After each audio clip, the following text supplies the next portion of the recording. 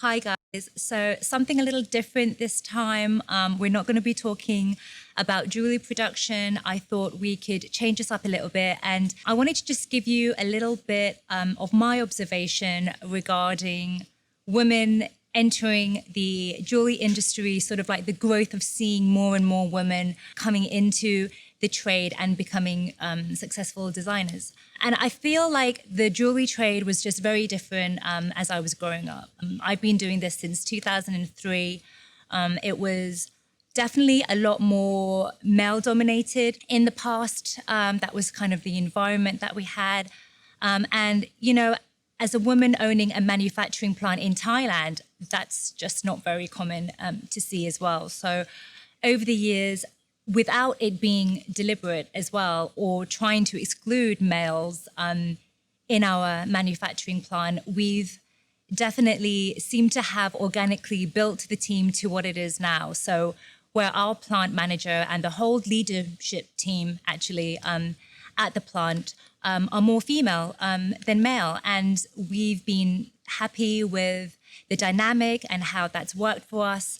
But it's not just the leadership. There's also a really good balance of, or a ratio of our male and female workers. So that's really nice to see within the craftsmanship or the artisans within our plant. And, you know, I get that that's not the case everywhere in the world, but hey, it works for us and it's all good. So I guess just talking a little bit about our customer base and our jewelry designer customers, and that side of things. Well, you know, so I've noticed that there's a lot of silversmiths and art schools, certainly in the UK where I've grown up, but also here in the States as well. And there's these popular schools, they're teaching about jewelry making, you know, on the bench.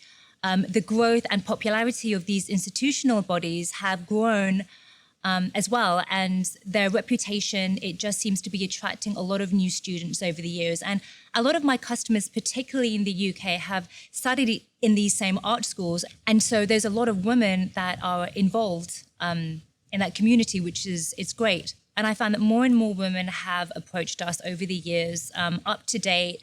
The new and upcoming customers definitely are women. And you know, from a personal standpoint, being a mum as well of two young, crazy kids, you know, it's hard. And I can relate to a lot of the customers that have come to me whether they're new mums or they're at that point where their kids have grown up and they just want to do something different, completely, you know, it's about themselves, it's about their hobby and what they've always been passionate about and coming to me. I can totally relate to that. But it's really difficult, you know, running your own business, whether that's part-time or full-time.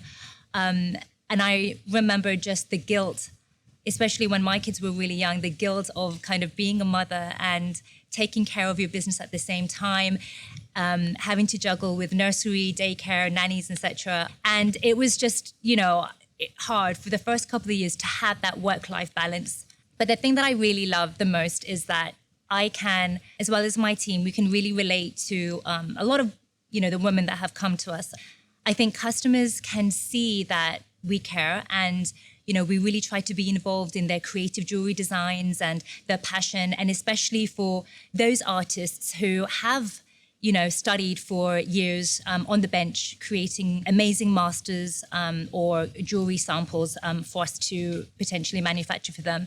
I feel that with women, they tend to be perhaps a little bit more vocal about the intricacies of their designs. And that's not to say that men aren't passionate at all. I mean, we've got some amazing male customers too that we've been working with for over 20, 30 years. And I think the other great thing as well is observing that what seems to inspire a lot of my female customers is them seeing themselves how successful other female designers are doing in the jewelry industry and how they're building their brand. I think that gives them a lot of self-confidence and encouragement. And in this day and age, when we're able to just reach out to new suppliers, finding them, sourcing, you know, whether that's suppliers for components or findings like chains or stones or the actual manufacturer who's going to be producing your jewelry for you, it's just really easy. With everything that's going on now, we've got emails and Zoom calls. It just seems to be the norm. So I think that really gives people the opportunity to just contact and test so many different suppliers all at the same time,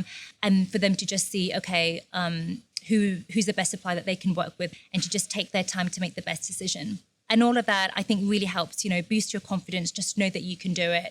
I'm waiting for things with COVID and everything to just calm down. I can't wait to go back to these jewelry fairs, whether visiting or exhibiting again, and just kind of seeing who's out there, the new faces, just seeing what any new trends are at the moment. So the other thing as well is I've observed that there are some really popular women's networks too. So, I encourage you that if there's anything interesting in the area that you live in with like a women's network, then, definitely look into it.